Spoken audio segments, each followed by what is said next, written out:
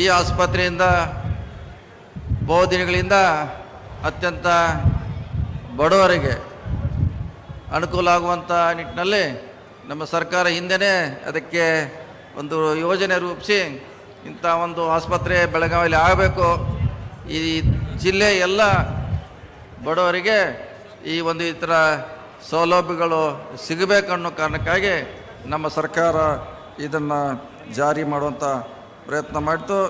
ಈ ಥರ ಮುಂದುವರೆದ ಭಾಗವಾಗಿ ಕ್ಯಾನ್ಸರ್ ಆಸ್ಪತ್ರೆಯನ್ನು ಕೂಡ ನಾವು ಇದೇ ಕ್ಯಾಂಪಸ್ನಲ್ಲಿ ಮಾಡ್ತಾ ಇರೋದು ಈ ಜಿಲ್ಲೆಗೆ ಇನ್ನೊಂದು ನಮ್ಮ ಸರ್ಕಾರ ಕೊಡುವಂಥ ಕೊಡುಗೆ. ಬಹುದಿನಗಳ ಕ್ಯಾನ್ಸರ್ನ ಅವಶ್ಯಕತೆ ನಮ್ಮ ಜಿಲ್ಲೆಗಿತ್ತು.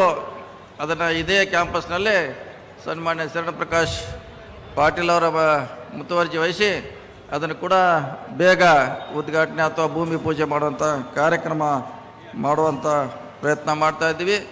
ಸ್ಮಾರ್ಟ್ ಸಿಟಿ ಅಡಿಯಲ್ಲಿ ಏನು ಬಸ್ ಸ್ಟ್ಯಾಂಡ್ ಇವತ್ತು ಉದ್ಘಾಟನೆಗೊಂಡಿದೆ, ಇದು ಕೂಡ ಹಿಂದೆ ನಮ್ಮ ಸರ್ಕಾರದಲ್ಲಿ ಪ್ರಾರಂಭ ಆಗಿರುತ್ತಾ ಯೋಜನೆ.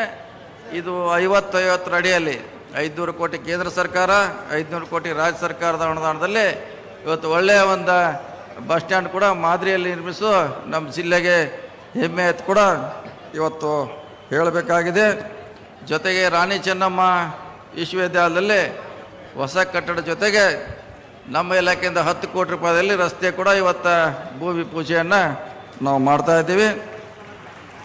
ಇದರ ಜೊತೆಗೆ ಮುಂದಿನ ದಿನಗಳಲ್ಲಿ ಬೆಳಗಾವಿಗೆ ಏನು ವಾಹನ ಜನದಟ್ಟಣೆ ಕಡಿಮೆ ಮಾಡಲಿಕ್ಕೆ ಫ್ಲೈಓವರ್ ಮಾಡುವಂಥ ಪ್ರಯತ್ನವನ್ನು ನಾವು ಮಾಡ್ತಾಯಿದ್ದೀವಿ. ಹಿಂದೆ ಅದನ್ನು ಬಜೆಟಲ್ಲಿ ನಾವು ಕೇಳಿದ್ದೀವಿ, ಆದರೆ ಈ ಸಾರಿ ಮುಖ್ಯಮಂತ್ರಿಗಳು ಸುಮಾರು 200 ಕೋಟಿದಲ್ಲಿ 200 ಕೋಟಿಗಳಲ್ಲಿ ಈ ಫ್ಲೈಓವರ್ ಮಾಡುವಂಥ ಪ್ರಯತ್ನ ಬೆಳಗಾವಿಯಲ್ಲಿ ಸಾಗ್ತಾ ಇದೆ. ಅದೇ ರೀತಿ ROB ರೈಲ್ವೆ ಓವರ್ ಬ್ರಿಡ್ಜನ್ನು ಕೂಡ ಉದುರಿಯಲ್ಲಿ ಸುಮಾರು 35 ಕೋಟಿ ರೂಪಾಯಿಯಲ್ಲಿ ಕೂಡ ನಾವು ನಿರ್ಮಾಣವನ್ನು ಮಾಡ್ತಾಯಿದ್ವಿ. ಹೊಸ ಸ್ಟೇಡಿಯಂ ಕೂಡ ಬೆಳಗಾವಿಗೆ ಭಾಳ ಅಗತ್ಯ ಇದೆ. ಈಗಾಗಲೇ 10 ಕೋಟಿ ರೂಪಾಯಿಯನ್ನು ಕೊಟ್ಟಿದ್ದೇವೆ. ಈ ಸಾರಿ ಕೂಡ 10 ಕೋಟಿ ಕೊಡ್ತಾ ಇದ್ದೀವಿ. ಮುಂದಿನ ಸಾರಿ 10 ಕೋಟಿ ಕೊಟ್ಟು ಒಳ್ಳೆಯ ಕ್ರೀಡಾಂಗಣ ಕೂಡ ಬೆಳಗಾವಿ ನಗರದಲ್ಲಿ ನಿರ್ಮಿಸುವಂಥ ಕೆಲಸ ಈಗಾಗಲೇ ಆಗಿದೆ. ಜೊತೆಗೆ ಹೊಸ DC ಆಫೀಸನ್ನು ಕೂಡ 55 ಕೋಟಿ ರೂಪಾಯಿಯಲ್ಲಿ ಕೂಡ ಹೊಸ DC ಆಫೀಸನ್ನು ಕೂಡ ನಾವು ಹಂತ ಕಟ್ತಾ ಇದ್ದೇವೆ. ಜೊತೆಗೆ ಸರ್ದಾರ್ ಹೈಸ್ಕೂಲ್ ನಿಮ್ಮ ಎದುರುಗಡೆ ಇರುವಂಥ ಬಹುದಿನಗಳ ಭಾಳ ಹಳೆ ಕಾಲೇಜ್, ಇದರ ಕಟ್ಟಡಕ್ಕೆ ರಾಜೀವ್ ಶೇಟ್ ಅವರು ಸುಮಾರು 5 ಕೋಟಿ ರೂಪಾಯಿ ಕೇಳಿದ ತಕ್ಷಣ ಅದಕ್ಕೆ ಹೊಸ ಕಟ್ಟಡಕ್ಕೆ ಸರ್ದಾರ್ ಕಾಲೇಜಿಗೆ ಹಣವನ್ನು ಕೂಡ ನಾವು ನೀಡ್ತಾ ಇದ್ದೀವಿ. ಒಟ್ಟಾರೆ ನಮ್ಮ ಸರ್ಕಾರ ಇನ್ನು 13ರಲ್ಲಿ ಇರ್ಬೋದು, 23ರಲ್ಲಿ ಸಿದ್ದರಾಮಯ್ಯ ಸರ್ಕಾರ ಜನಪರ ಕೆಲಸ ಮಾಡ್ತಿರೋದು ಇವತ್ತಿನ ಕಾರ್ಯಕ್ರಮ ಸಾಕ್ಷಿ. ಇನ್ನು ಅನೇಕ ನೀರಾವರಿ ಯೋಜನೆ ನಮ್ಮ ಜಿಲ್ಲೆಯಲ್ಲಿ 13ರಲ್ಲಿ ಏನೋ ಕೆಲಸ ಪ್ರಾರಂಭ ಆಗಿದೆ, ಅದು ಮುಂದಿನ ತಿಂಗಳಲ್ಲಿ ಕೂಡ ರಾಯಬಾಗ್ ಇರ್ಬೋದು, ಇತರ ತಾಲೂಕುಗಳಲ್ಲಿ ಸಿದ್ದರಾಮಯ್ಯ ಅವರು ಬಂದು ಅದನ್ನು ಉದ್ಘಾಟನೆ ಮಾಡೋ ಮೂಲಕ ರೈತರಿಗೆ ಕೂಡ ನಾವು ಕೆರೆಯ ಮೂಲಕ ನೀರು ಕೊಡುವಂಥ ಒಂದು ಪ್ರಯತ್ನ ಕೂಡ ಈ ಜಿಲ್ಲೆಯಲ್ಲಿ ಆಗ್ತದೆ ಅಂತ ಹೇಳಲಿಕ್ಕೆ ನನಗೆ ಭಾಳ ಸಂತೋಷ ಆಗ್ತಾ ಇದೆ.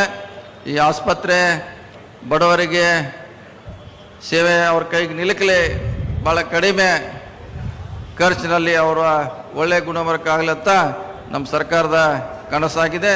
ಅದನ್ನು ಇವತ್ತು ನಾವೆಲ್ಲ ತಮ್ಮ ಸಮ್ಮುಖದಲ್ಲಿ ಸನ್ಮಾನ್ಯ ಮುಖ್ಯಮಂತ್ರಿಗಳು ಇವತ್ತು ಉದ್ಘಾಟನೆ ಮಾಡಿದ್ದಾರೆ. ಇನ್ನೂ ಹಲವಾರು ಅಲ್ಲಿ ಮಷಿನರಿ ಎಕ್ವಿಪ್ಮೆಂಟ್ ಬರಬೇಕಾಗಿದೆ. ಅವು ಹಂತ ಹಂತವಾಗಿ ಇನ್ನೂ ಅಲ್ಲಿ ಸಿಬ್ಬಂದಿಗಳನ್ನು ತುಂಬುವಂಥ ಕೆಲಸ ನಾವು ಮಾಡ್ತೀವಿ ಅನ್ನೋ ಮಾತನ್ನು ಹೇಳುತ್ತಾ ಈ ಕಾರ್ಯಕ್ರಮ ನಮ್ಮ ಬೆಳಗಾವಿ ಜಿಲ್ಲೆಗೆ ಒಂದು ಹೆಮ್ಮೆ ಕಾರ್ಯಕ್ರಮ ಅಂತೇಳಿ ನನ್ನ ಮಾತು ಮುಗಿಸ್ತು. ನಮಸ್ಕಾರ ಎಲ್ಲರಿಗೂ.